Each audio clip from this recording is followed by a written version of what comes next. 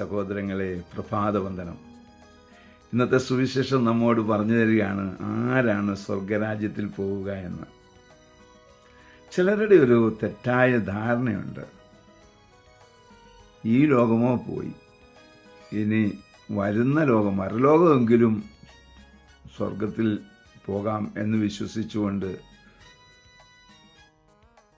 യാത്ര ചെയ്യുക. അതിനുവേണ്ടി പ്രാർത്ഥിക്കുന്നു, പള്ളിയിൽ പോകുന്നു, ബൈബിൾ വായിക്കുന്നു, പ്രാർത്ഥനാ മീറ്റിങ്ങുകളിൽ പങ്കെടുക്കുന്നു, അങ്ങനെയൊക്കെ ചെയ്യുന്നുണ്ട്. എന്നാൽ സഹോദരങ്ങളെ, ഇത് മരണത്തിന് ശേഷമല്ല കേട്ടോ. ഈശോ പറഞ്ഞ എന്താണ്? മാനസാന്തരപ്പെടുവിൻ, ദൈവരാജ്യം സമീപിച്ചിരിക്കുന്നു. ദൈവരാജ്യത്തിൽ കയറണമെങ്കിൽ മാനസാന്തരപ്പെട്ടാൽ മതി.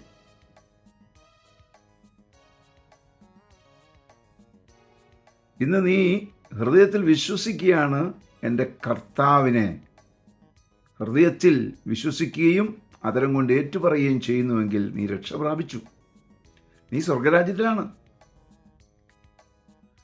എന്നാൽ ഇന്നും ഞാൻ പ്രോബ്ലത്തിലാണ്, ഞാൻ പ്രശ്നത്തിലാണ് എന്ന് ചിന്തിച്ചുകൊണ്ടാണ് ഇരിക്കുന്നതെങ്കിൽ നീ യേശുവിനെ തള്ളിപ്പറയുക.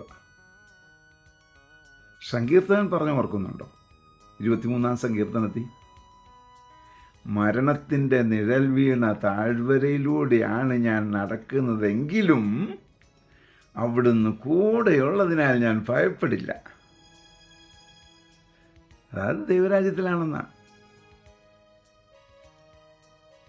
അതുകൊണ്ട് ഒന്ന് ചിന്തിച്ച് നോക്ക്, ദൈവരാജ്യത്തിലാണോ അല്ലയോ എന്ന്. ആകാനുള്ള കൃപ ലഭിക്കാൻ പ്രാർത്ഥിക്കാം. പരിശുദ്ധ അമ്മയെ സഹായിക്കണേ. വിശുദ്ധ യോസേപ്പ് പിതാവേ, ഞങ്ങൾക്ക് വേണ്ടി പ്രാർത്ഥിക്കണേ. പരിശുദ്ധാത്മാവേ, എഴുന്നള്ളി വരണേ. പരിശുദ്ധ പരമ ദിവ്യകാരുണ്യത്തിന് എന്നേരവും ആരാധനയും സ്തുതിയും പുകഴ്ചയും ഉണ്ടായിരിക്കട്ടെ. ആമേൻ.